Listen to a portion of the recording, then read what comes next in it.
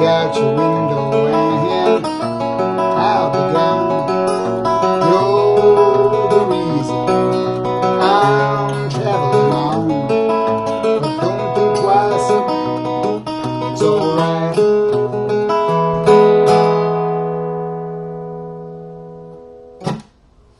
Well, that's Don't Think Twice, It's Alright by Bob Dylan, which, as it appears on the freewheelin Bob Dylan, which is his second studio album.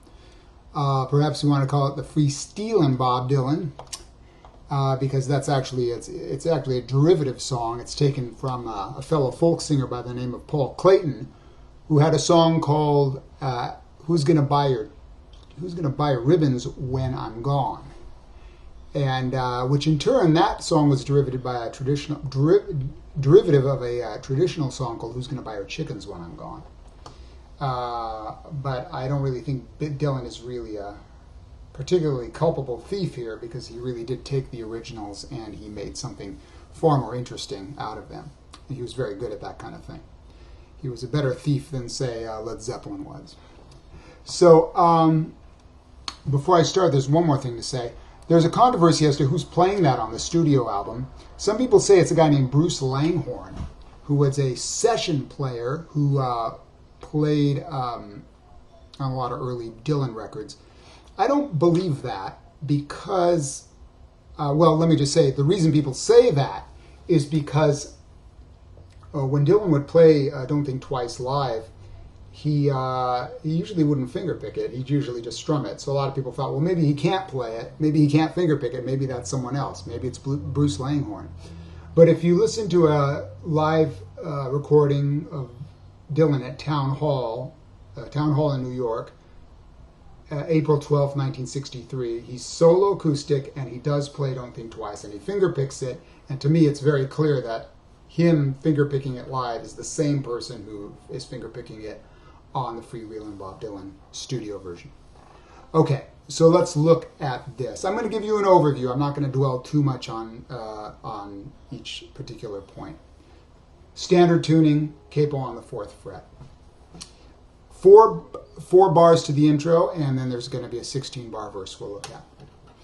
Intro. First bar. Let's look at this pattern, because it's an essential Travis pattern. A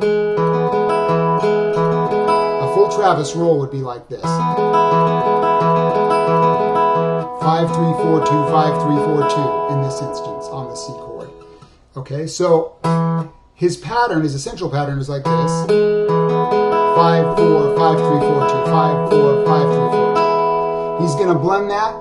Blend in an alternating bass with that. Now the alternating bass is going to go, now you've heard that a lot, country music, and many other types of music, 1 to the 5 of the scale. He's going to mix that in. You might be thinking this is alternating bass already. This is not alternating bass, this is the basic form of Travis. So doing the alternating bass, your thumb actually goes for the C chord. So he's got this. Roll back. Okay. Now he's going to go to the G chord. But he doesn't do this. In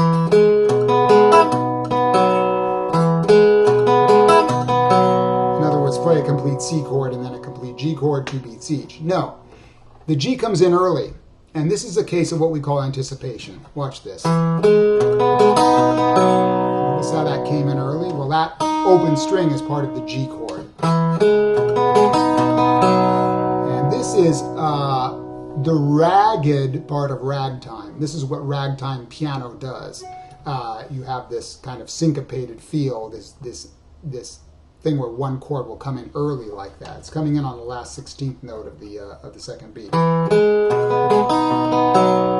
got to really get that to really get to be a good finger picker, to be a good Travis finger picker. Okay, now the next lick on the G, listen to this. He plays a lick on the first string.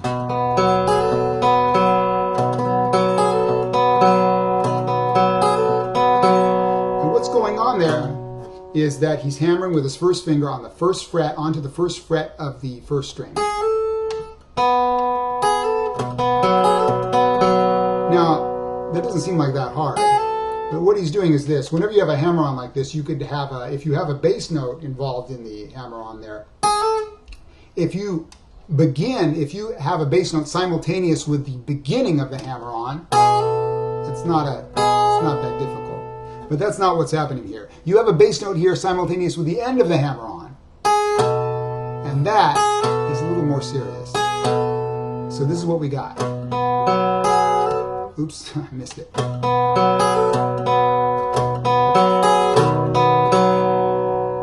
Okay? All right, but I'm just going to move on. I'm not going to dwell too much on it. But we're going to see this similar hammer lick also on the F and also on the D7. And he's going to do this on the G very frequently in the song.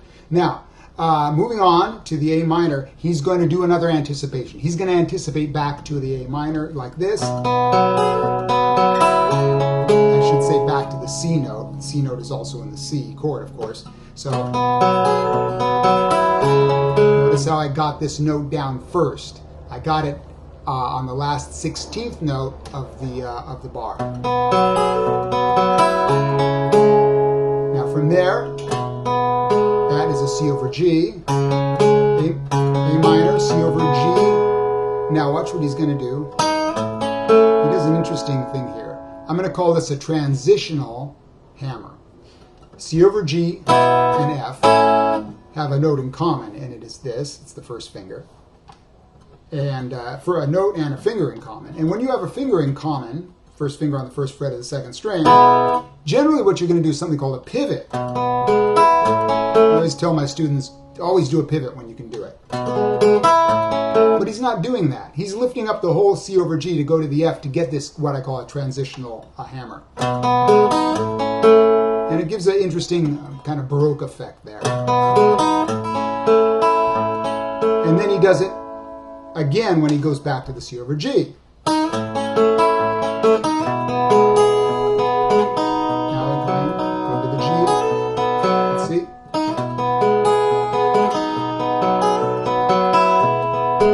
And so then he goes C over G, G, and back to C. So we have the whole intro.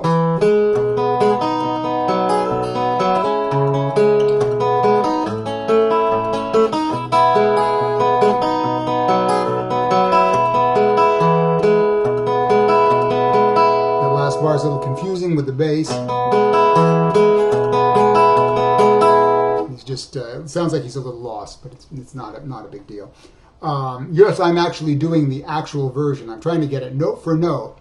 I don't know if that's exactly the wise thing to do because his version here is very inconsistent. But because he's Dylan, you know, we can strive to learn his mistakes. So, okay, next, we're going into the verse now. C. Kind of the same thing as the intro. He actually does not do the anticipation there. He does the full C, and then he just cuts the note off. So ain't no use to sit and wonder why, babe.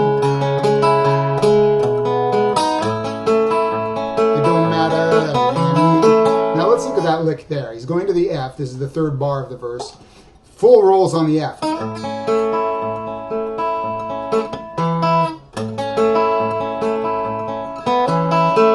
Okay, so look at this. He has this hammer lick, which is similar to the one we saw on G, where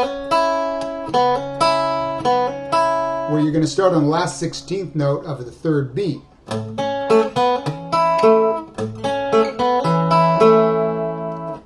And it's the same thing where you're going to hammer the end of the hammer on is simultaneous with a bass note. And here the bass note is interesting. He hits the 5th string instead of the 6th, so his total bass thing here is 6-4, 6-4, 6-4, 5-4. Okay?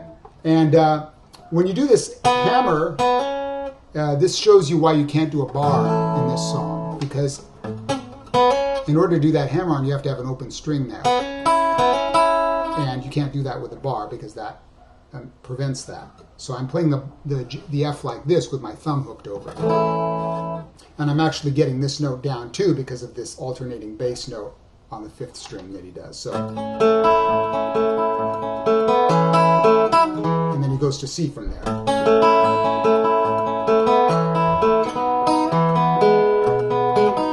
Back to G. Notice he's constantly doing that lick whenever he has that G. Almost every time he has the G.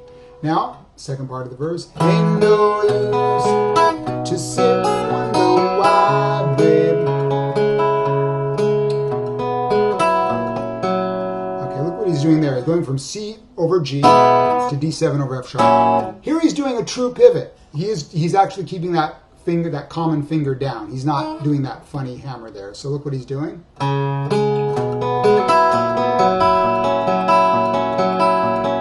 Which is kind of the proper technique there. Quote unquote proper. He also does an interesting thing. Again, this might be a mistake or a omission on his part. He is actually, when he goes to that D7 over F sharp, he delays his 3rd finger here and then gets it down on the 2nd beat. I'm not sure if that has any real harmonic impact. But it's interesting. He does it on the subsequent verses as well. Now, coming to the G, so...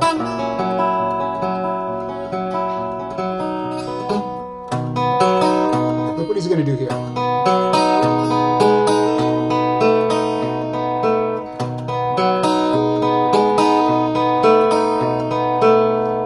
What he's doing is just a full Travis roll. Of course, on the G, you got to do that with your 6. So 6-3-4-2, 6-3-4-2. But in the midst of that, he's going to hammer down with either your 1st finger or your 2nd finger. You don't need to keep your 2nd finger on the 5th string. Hammer down, so...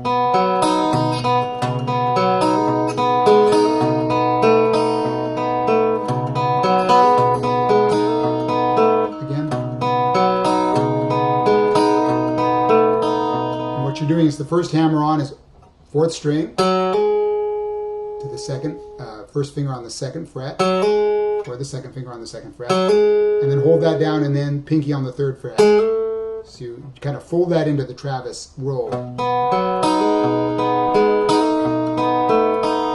it falls between the last 16th note of the first hammer on, falls between the last 16th note of the first beat and the first 16th note of the 2nd beat. So essentially it's like a 30-second feel. Now you're rolling along with an alternating bass on the C. C7, he omits the alternating bass for some reason. F. D7 over F sharp. Okay, now he's going to do this. This is similar to the G hammer lick and the F hammer lick. Same place, it starts on this last 16th note of the 3rd beat. So... Again, it has that thing where you're hammering down. The end of the hammer on is simultaneous with the bass note. So, now C, G, and A minor. C over G, F, and C over G, G. This lick, I blew it when I first played the song at the beginning of this video. It's like this. Similar to the other, but it's only half. It's starting on the 2nd fret and just sneaking it in, almost like it's a grace note. And back to C, and you're out. Okay, so that's Don't Think Twice by Bob Dylan. And yeah, I know it's a little confusing looking at it this way, but if you want to learn it, the best way is to do interactive lessons, I would say, and you can contact me at the email address in the bubble. Thank you very much.